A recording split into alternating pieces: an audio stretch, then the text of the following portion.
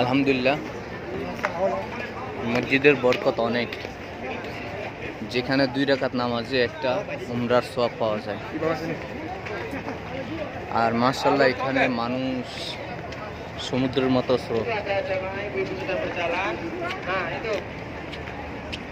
মদিনাবাসীর আপত্তি ছিল, মদিনাবাসী 450 কিলোমিটার দূরে, এত দূরে গিয়ে উমরা করা প্রতিদিন সম্ভব ছিল না। মক্কাবাসীরা ওরা প্রতিদিন গিয়ে উমরা করতো আর ওদের সওয়াবটা বেশি হতো। তো রাসূল করিম সাল্লাল্লাহু আলাইহি সাল্লাম তাদের আরজিতে পরে এই মসজিদটাতে উনি দোয়া করেন, এই মসজিদটা নির্মাণ করেন। আর এখানে সবাই এসে নামাজ পড়তেন 2 রাকাত, তারা একটা উমরার সওয়াব পাইতেন।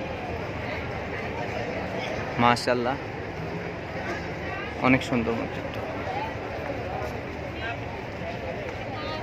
মানুষের ঢল এখানে।